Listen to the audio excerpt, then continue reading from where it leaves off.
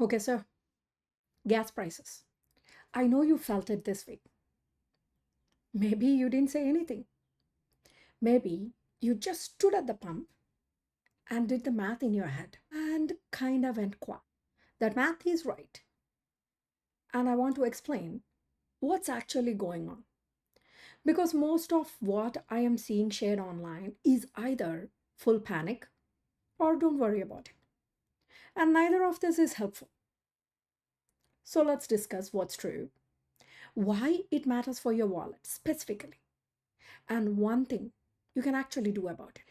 Here is the thing that nobody's really talking about. This isn't just about oil prices going up. The US had 254 oil refineries in 1982. Today, we have 131, half of them gone in 40 years. And the last time anyone built a major refinery in this country was 1976. So the first question is why?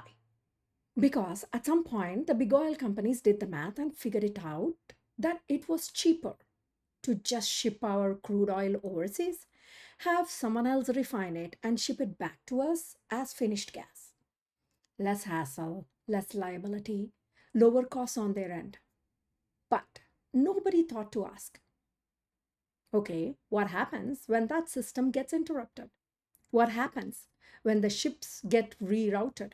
Or a refinery overseas goes down, or the world just gets complicated. And here we are. We have oil in the ground.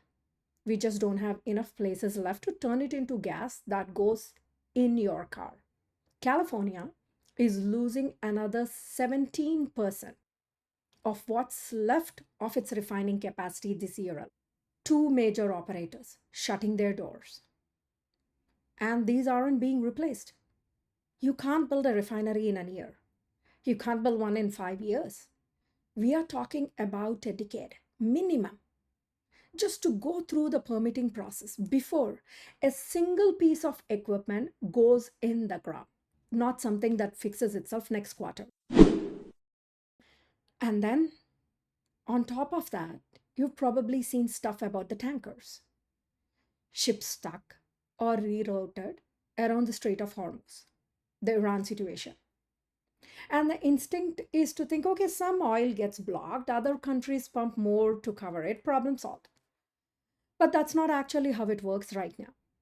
Because the problem isn't the oil, it's the ships. There aren't just enough tankers to reroute on short notice and pick up the slack. Think about it. A tanker isn't something you order and get delivered like you would from something from Amazon. These ships takes years to build. The shipyards are already backed up. So you've got refineries we closed and can't replace quickly, tankers we don't have enough of, and oil that's sitting there but can't get where it needs to go fast enough. And that's not a blip. These are the few things that went wrong at the same time, and none of them have a quick fix. The Chevron CEO actually said it plainly this week. We are in a period of structural supply pressure. Structural. That means it's not a temporary spike. It's the new normal for a while. So here's the part that actually matters for you. When energy costs go up and stay up, it's not just the pump you feel it at. Diesel moves everything in this world. Every truck on every road, delivering every product you buy, runs on diesel. So groceries goes up, heating goes up, anything manufactured or shipped, which is basically everything, goes up. And this kind of inflation, the kind that comes from actual physical shortages, not just too much money floating around, it doesn't go away just because interest rates go up. It's a different problem. It takes longer to work out. And I'm not saying this to stress you out. I am saying this because you can't do anything about a problem you don't know you have. Most people's budgets were built around energy costs staying roughly where they were at a couple of years ago. That budget has a hole in it now. And the question is just, do you know where the money is going? Or is it quietly disappearing and you're not sure why the numbers aren't adding up? So, what do you actually do? Three things, and none of them are complicated. First, just find out your number. What did energy cost you last month? Gas, electricity. Factor in what you're spending extra at the grocery store. Then look at the same month last year. That difference, whatever it is the real money leaving your budget every single month. And once you know the number, you can actually do something about it. You can cut somewhere else. You can adjust. You can plan. But you can't do any of that if you just vaguely are aware that things cost more. If you have been meaning to build up a cash buffer and keep putting it off, this is exactly the kind of stretch that buffer is for. Not a fortune, just enough that a bad month doesn't turn into a bad decision. The difference between having 3 months of expenses saved and not having enough when costs spike unexpectedly is massive.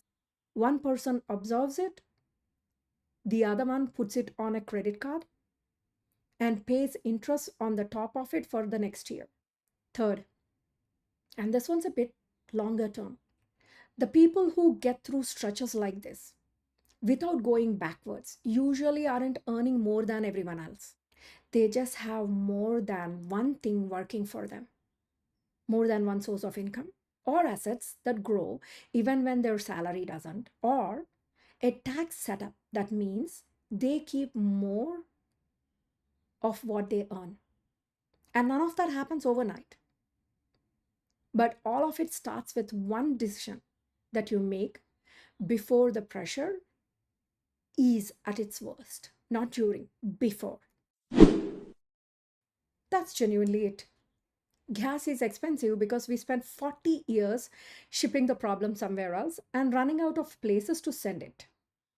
The Iran tanker situation made it worse.